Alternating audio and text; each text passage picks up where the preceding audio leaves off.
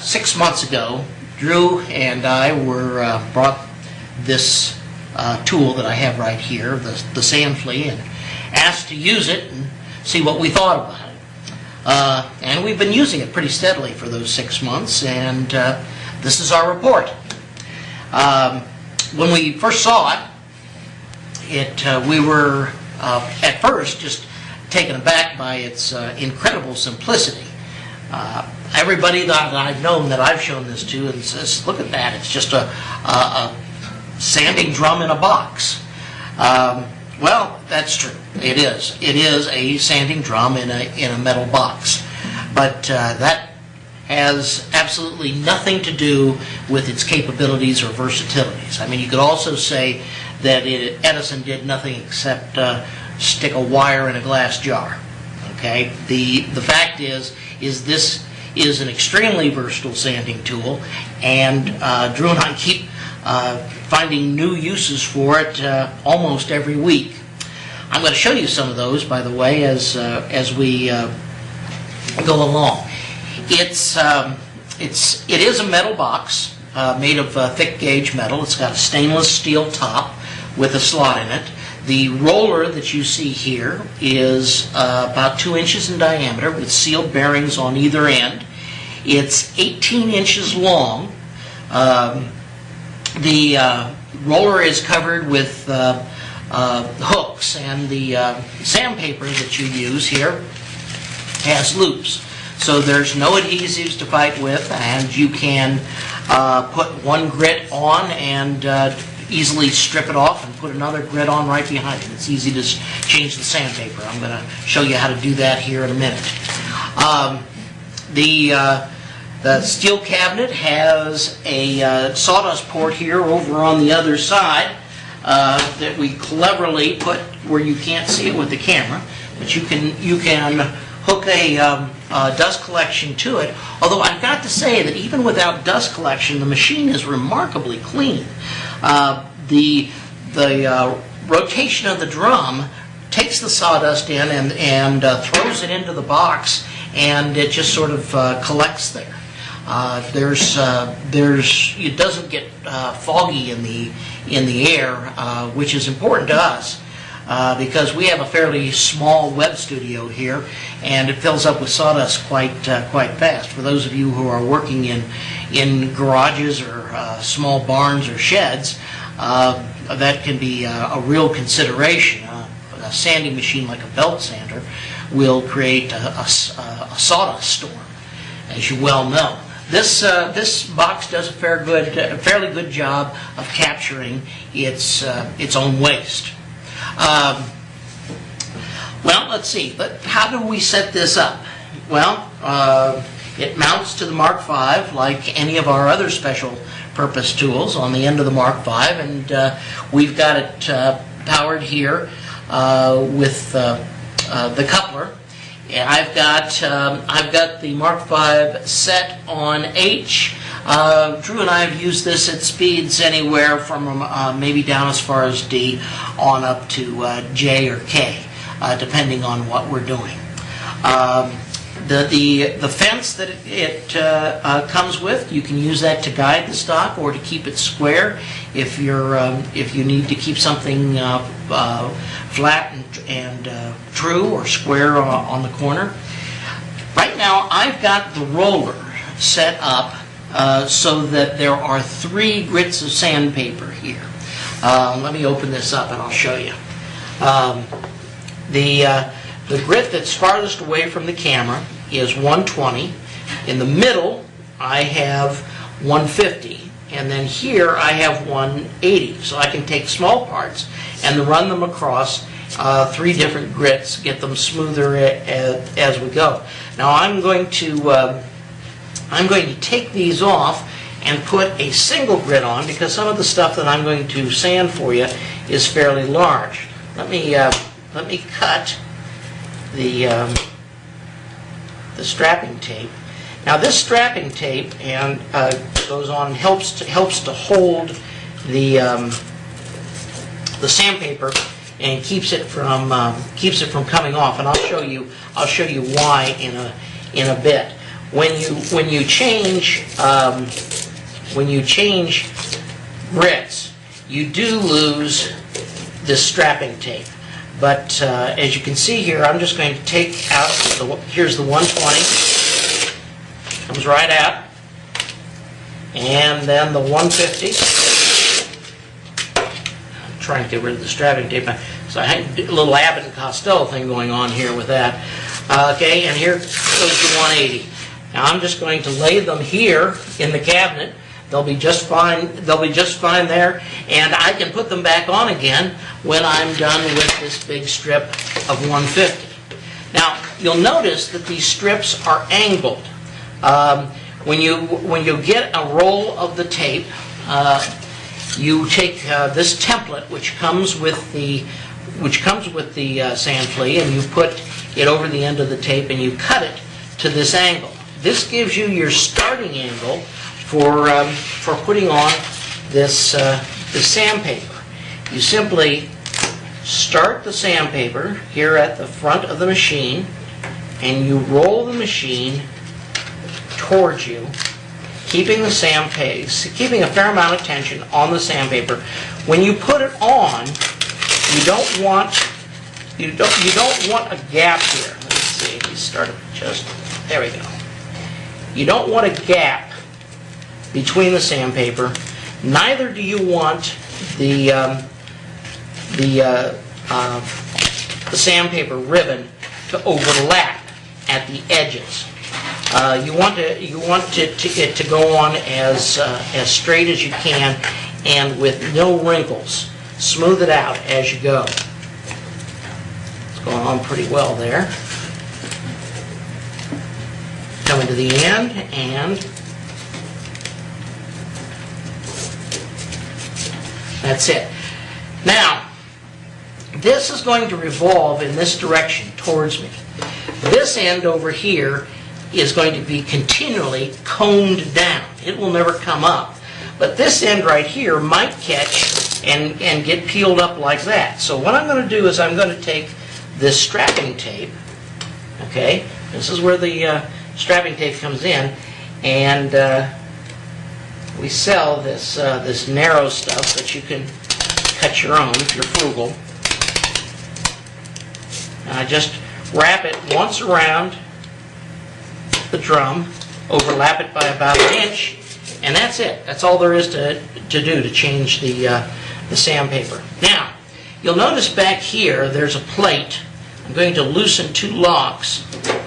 See that go up and down? I'll go slow, up, down, up, down. This raises and lowers the table. See, it'll raise the table and then lower it. It sort of slides on an angled groove.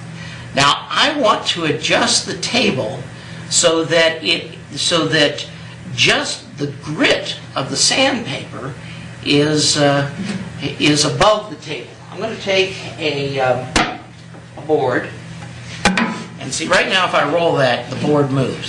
The table is way too low. I'm going to come up,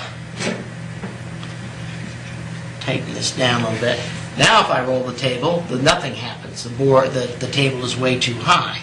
So we'll come down a little bit. I don't think that was a little bit. No, that's too much.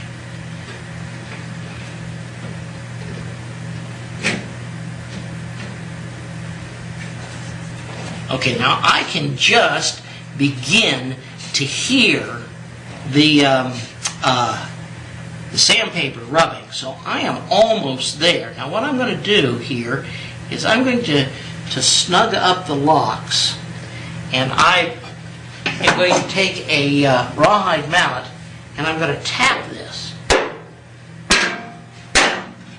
and then do it again. It wasn't quite hard enough. A tap that was quite hard enough here. Now, I think that was too much. No? There we go. We're just about there. Another one like that. There. See, it's just catching the board now. And once again, if you think you're a little deep, and I do, you can go back here and I can tap it up also by just smacking the other end.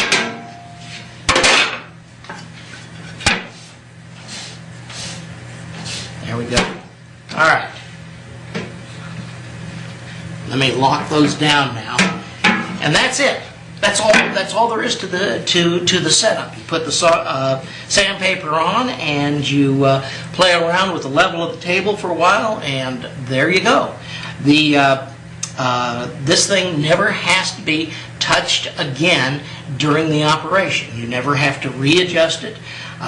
You never have to move the table or change the sandpaper until, of course, the sandpaper wears out, or the table. It hasn't worn out yet. At any rate, the simplest of operations is just surfacing a board. I'll take this piece of walnut here, and I'm going to go back here and get a wax pencil because I want to show you something. One of the advantages of this sand flea is I've lost the wax, but I did manage to put 3 X's on this board.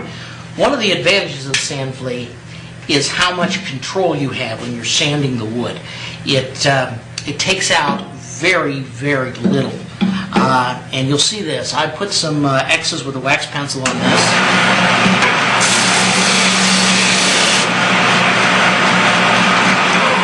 Now, I don't think you'll be able to see this with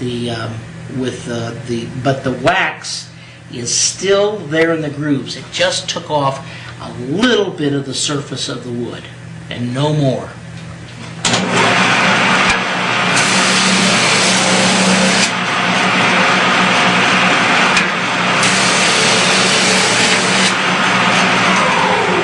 One or two passes over that, and the wax is gone. I probably would make a 3rd pass because I had a pencil mark right here that isn't quite gone. This side has mill marks left by the planer. Let's see how long it takes us to get rid of those mill marks. You know, mill marks are the stops that a planer puts in.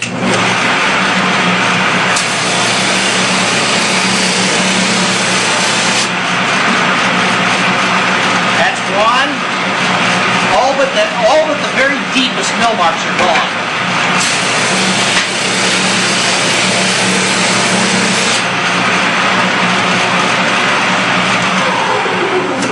Two passes and the mill marks are completely gone from a piece of walnut. Well, no. Okay. 3 passes.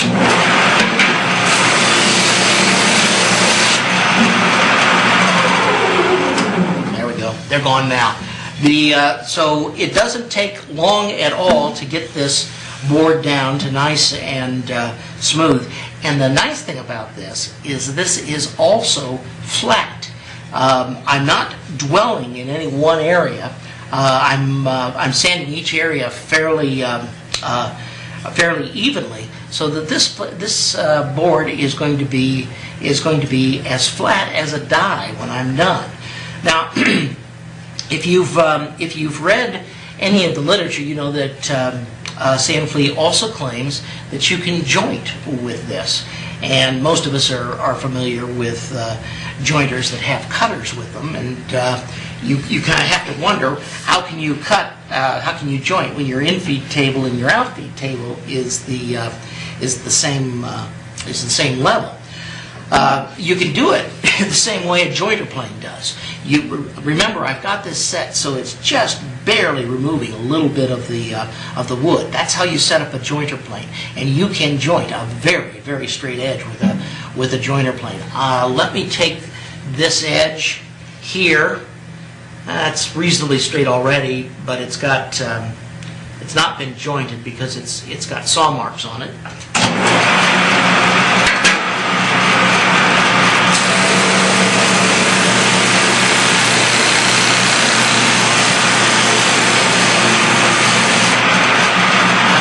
Square against the fence.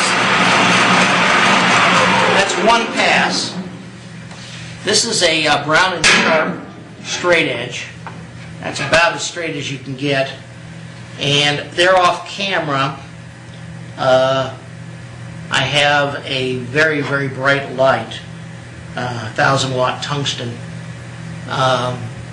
and I can see a little bit of daylight. I would need to make another pass. Let's make one more. I've got a little bit of daylight in this area and a little bit of daylight on that end.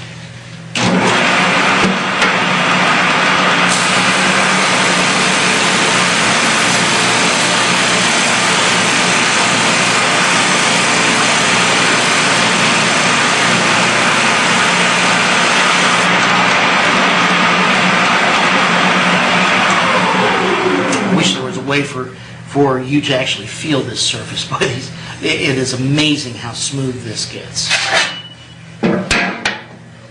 There we go. I'd probably take a third pass on that, but it is definitely coming in there. I still have a little bit of daylight down at the bottom where apparently I dwelled too long with the saw or something and took a little bit too much when I was ripping the board, but the rest of this is as straight as I can do with any jointer, which is nice. If you're doing edge-to-edge gluing, a sanded edge is going to create a much better gluing surface than a jointed edge, simply because of the mill marks. You could get a really strong glue joint if you're gluing up thick pieces. Let me show you some other stuff. This is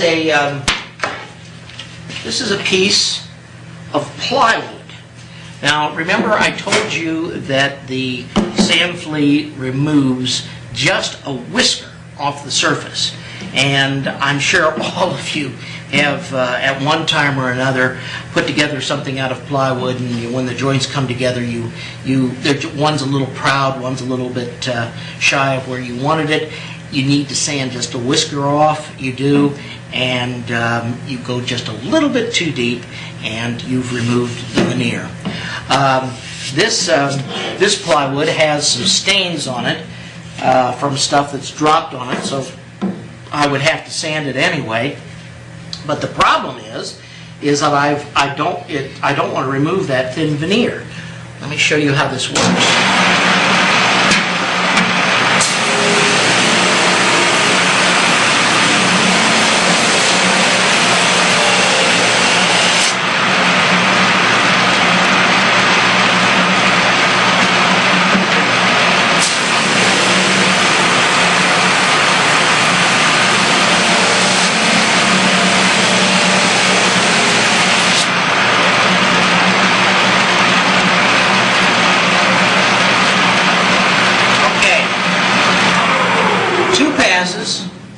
The stains aren't yet gone.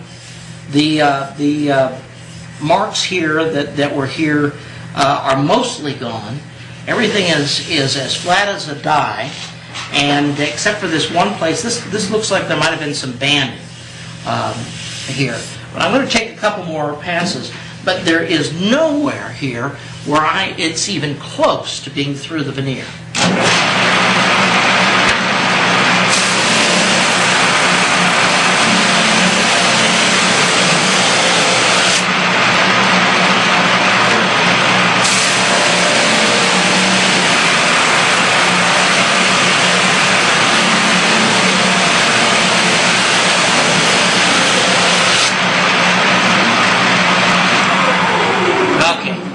Four passes, all the stains gone. I've even been able to work out some of the depression where the banding is. There's still plenty of veneer left on this, and I haven't gone through the veneer anywhere. And it's just perfect. It's still perfectly flat. It hasn't cut into the edge at all. Pretty nice. Pretty nice. You know, I wondered if you actually could sand veneer with this. what I've got here is a piece of plywood and a piece of veneer. I would imagine this is about a 64th of an inch thick. I'm going to show you something. This veneer is actually fairly rough. It's been it's the way that the veneer is cut with the knife, and I'm going to smooth the veneer. There would be no reason for you to ever want to do this, but the fact that it can be done is kind of interesting. I'm going to just stick the top of the veneer right there, turn this on,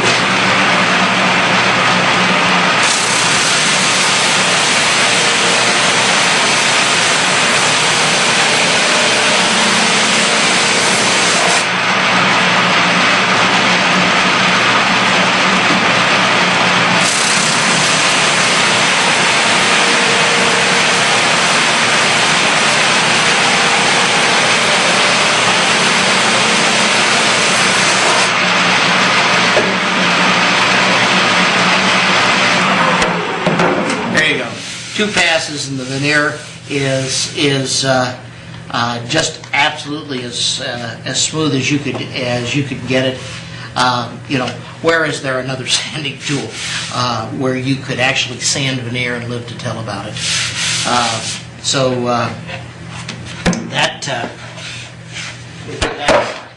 Where it really shines is when you're surfacing things like this blistered maple. Now, here is something which you cannot put through a sander. I mean, it'll just chip, or not a sander. You cannot put this through a jointer or a planer. It'll just tear into the grain and chip it out. In fact, we attempted to do that, and there's a little chip right there. But if we had this tool, when we had this board,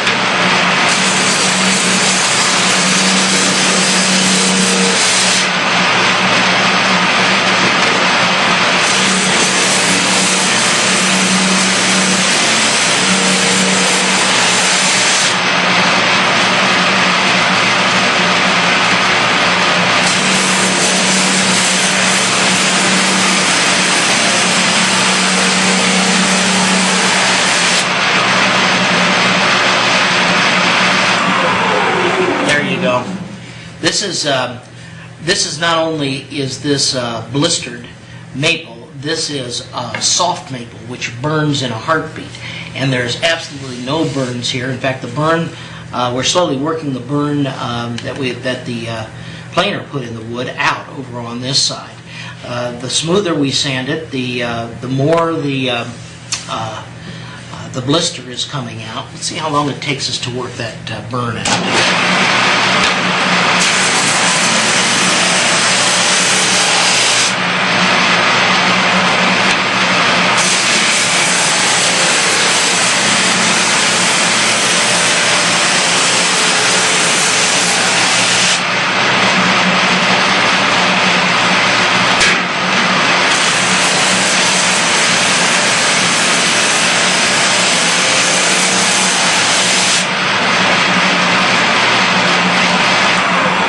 Mostly gone except for a little patch there, but the important thing is it didn't burn anywhere else. This the sander did not dwell long enough in any one spot, nor did it create enough heat for the soft maple to burn. As you're well aware, there are some woods out there like soft maple, cherry is another one that will burn if you just look at them. And we haven't found anything that this burns, but you can see it's still flat, even, and the burl is just starting to pop right out there. Now that I've done that, we're going to have to find some use for this board. It's a nice board for sanding joinery. Those of you who do dovetails and finger joints usually like to leave them a little proud. This will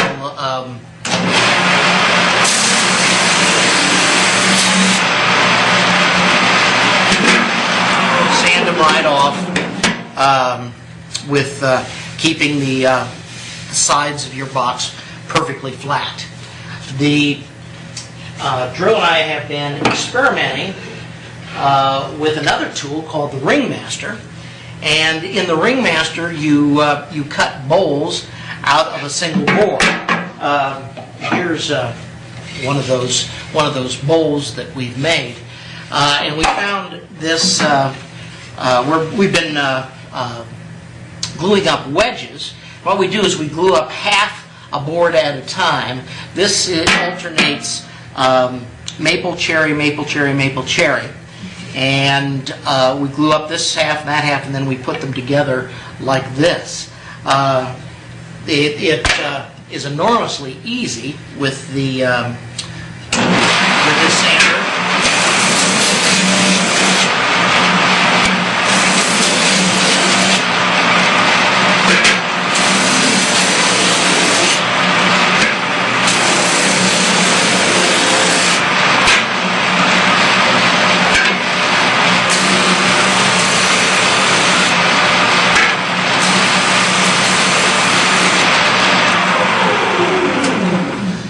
To true up the surfaces, and then joint the edges where they'll fit together. Actually, go like that. In addition to this, I want to show you something else that has to do with this bowl. We were working with some large cherry dowel. This is an 1.25 inches in diameter, and we had drilled an 1.25 inch hole. And this was just a hair too big. It could not be inserted in the hole. We needed to get this down and to get it down evenly. Watch this. Isn't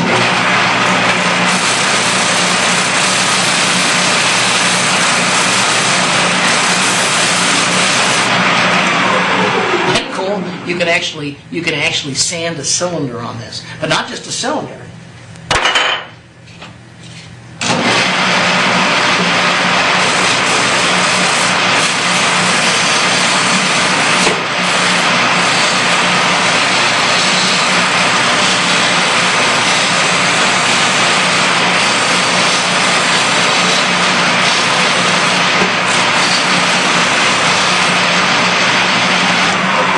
This is one of the bowls that Drew and I glued up from the Ringmaster, and you can get the outside surfaces very, very true.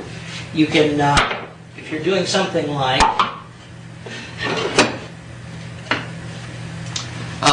this frame, and you want to keep the edges square.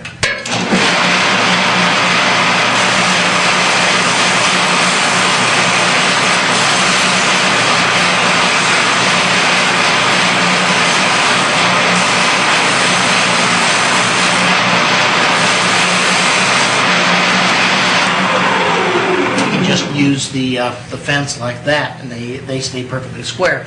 Over on the other side here, I have a chuck. I might have to move this just a hair so you can see that a little bit better, because I'm going to do some work on this chuck. You can also do when you've got a chuck and you can put a drum sander in here. You can also do the inside curve,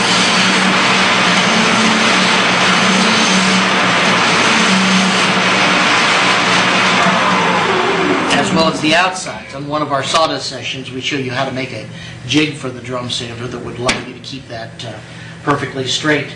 There are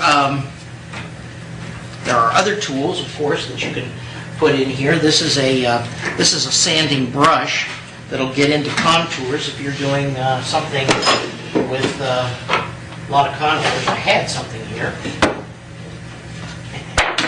All right. Where did my, now?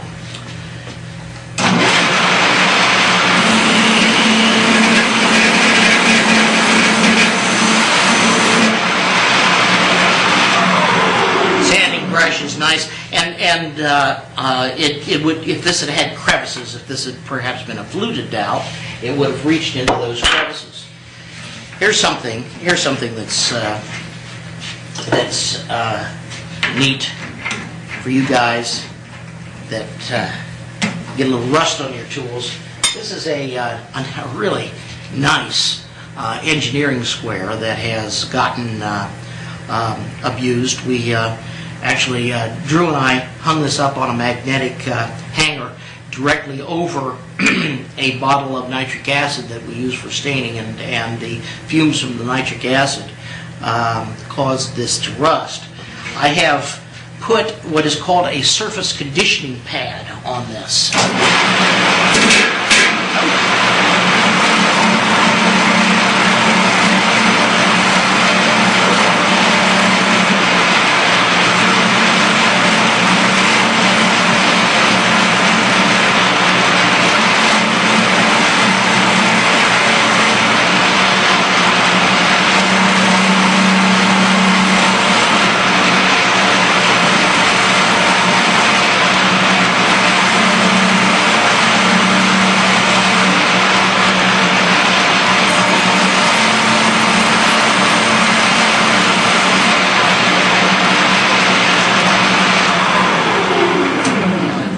Try to get close to one of our cameras here.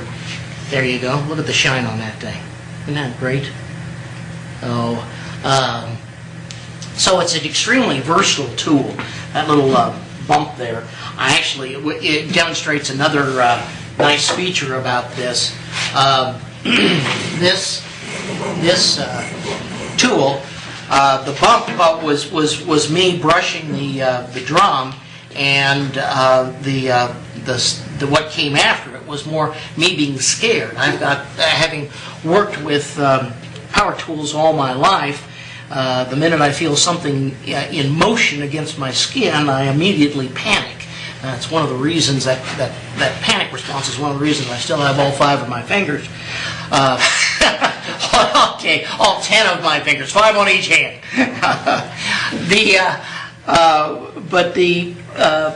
I hit my palm against this, reacted, and as I was bringing my hand away, caught this, and that bounced. But there's a little bit of I don't know, it's red on the side there where I hit it, but it isn't sore at all, or did I draw any blood. This is actually a very safe tool. There is a pinch point, obviously, right there. It will pinch your hands if it can get them, but it's not going to eat a finger unless you really let it dwell there. Here's a piece. This is one of Drew's attempts at molding for his the bow front cabinet that he's making. And as you can see, that with this, you can follow a curve.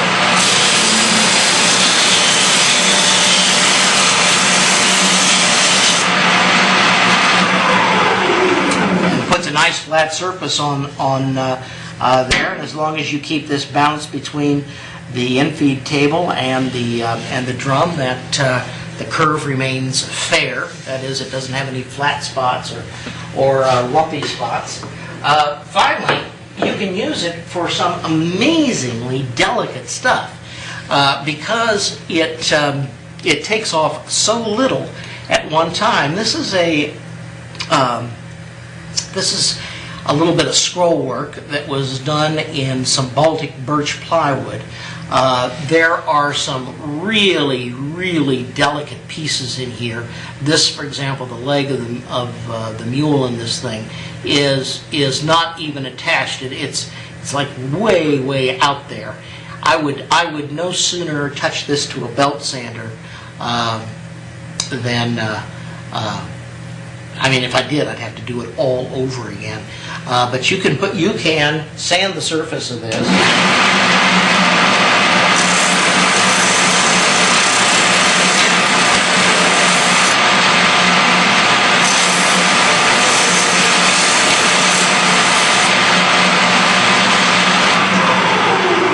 At all. That didn't disturb any single piece of it. Something else that's kind of cool about this thing is, I told you that we're collecting sawdust, right? If you like me occasionally have need to mix a little sawdust with airplane glue and use it as wood dough. You can, for example, if you're working, now we've been working in several different types of wood here, but if we had been working with cherry all day long, this would be the world's finest cherry sawdust, and could use that to make cherry wood dough. If we've been working in walnut, we could make walnut wood dough. On and on it goes. And it's amazing how much, because I haven't been running the vacuum cleaner because I wanted you guys to be able to hear me. It's amazing how much of this dust has gotten in here, and I'm not even feeling a tickle in my throat from all the sanding that I'm doing. Okay, so let's sum this up. You've got a nice sanding tool where you've got excellent control. You can do large pieces up to 18 inches wide. Actually, you can do them much wider than that. Because this takes off so little, you can do, say, 18 inches in one pass, turn it around, do another 18, so something up to 36 inches long. And if you want to do it in 3 passes, you can go even wider than that. So there's really an unlimited capacity on this machine, and no matter how big it is, you get very, very good control. It's extremely accurate. The things that I have sanded have come out very, very flat. I'll bet you, let me get a micrometer here. Let's see if I got one with a good battery. I did. Zero it out. Okay, you saw me sand this veneer. Okay, and I wasn't trying in particular. Okay, but the veneer is 0.27, 0.27, 27 thousandths on this side, and 28 thousandths on that. So I haven't put any angle on that. I've removed stock completely uniformly across the width of the veneer. It's easy and simple to change the grits. Not only that, when you pull one grit off, it isn't like taking it off of a sanding disc with an adhesive vac. You don't waste the grit or the life that's left in it when you change from one sanding grit to another. There's built-in dust collection even when you don't have your dust collector turned on. There's no burning. Incidentally, when we were jointing, there's no sniping either. It leaves a better surface than any other finish sander. Drew and I did a microscopic study on this, and if you go to our Sawdust session page, and Sawdust session number 6, you'll see a sanding test that we did where we compared this with another finishing sander that's very popular, a Porter Cable random orbit sander, very high-end random orbit sander, and we got down microscopically to look at the wood surfaces with each, and the sand flea wins. See for yourself. Finally, it's for those of you for whom this is important, it is completely and totally made in the USA. And then for those of you who are fashion conscious, you can have any color that you want as long as it's black. And that's it. That's the report. I'm Nick Angler, director of the Shopsmith National Woodworking Academy, and come back and visit us and see our Sawdust sessions.